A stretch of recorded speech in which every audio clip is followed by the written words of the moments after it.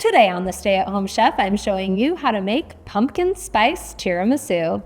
This tastes just like a pumpkin spice latte, and it's super easy to make. To start, you'll need 1 cup of pumpkin puree, and we're gonna whisk that together with half a cup of brown sugar and 2 teaspoons of pumpkin spice.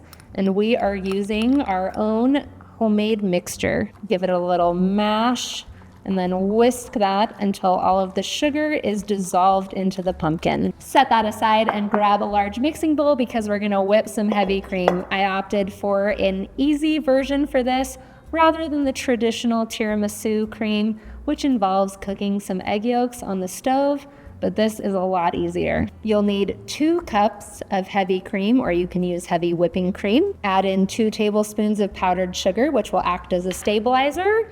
And then we start to whip. Start it on a low speed and gradually increase the speed as the cream starts to thicken. Pretty soon you'll get a thick mixture, but keep on going until stiff peaks form where it can hold its shape when you pull it up. Then we're gonna add in 16 ounces of mascarpone cheese, which is a nice soft cheese.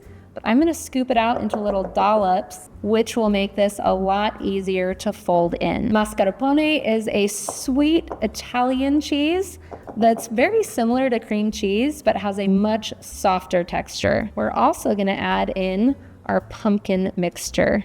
Use a rubber spatula to gently fold all of this in with your whipped cream. As we learned from one of my favorite TV shows, not everyone knows what it means to fold it in. All it means is to take a rubber spatula and keep scraping the bottoms and sides and gently folding it over the top, which is where you get the terminology of folding it in. Hopefully that makes more sense now. What this does is allows you to mix things in without deflating all of that air that you just whipped into your whipped cream. You'll notice that there's little streaks of either pumpkin or mascarpone cheese.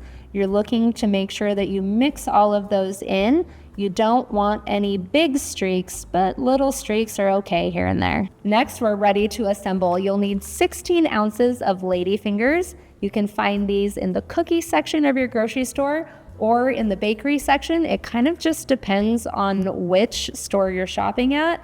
And if you have to, just ask for help. You'll also need 2 cups of strongly brewed coffee or espresso, and you want to let that cool. You'll also need a little more pumpkin spice and cocoa powder and a little sieve for dusting. Assemble this in a 9x13 pan, and we're gonna start by dusting the bottom of the pan with cocoa powder. You just want a light, somewhat even layer. Then you're gonna dip your ladyfingers 1 by 1 into the coffee, and just ever so briefly, and layer them into the pan to cover the bottom. And listen, if you don't like coffee, you don't actually have to use it. Technically, you don't have to dip these into anything.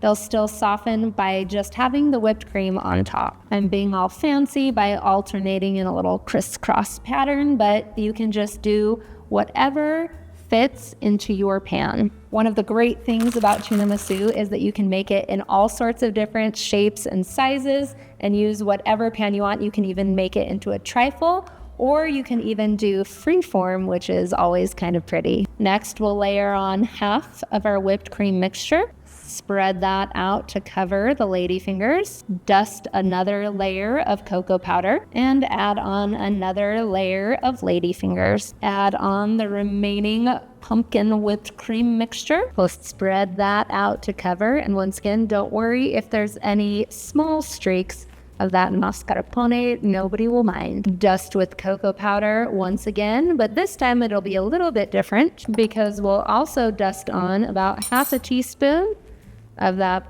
delicious pumpkin pie spice. Pop this in the fridge for 4 hours and then you'll be ready to slice and serve.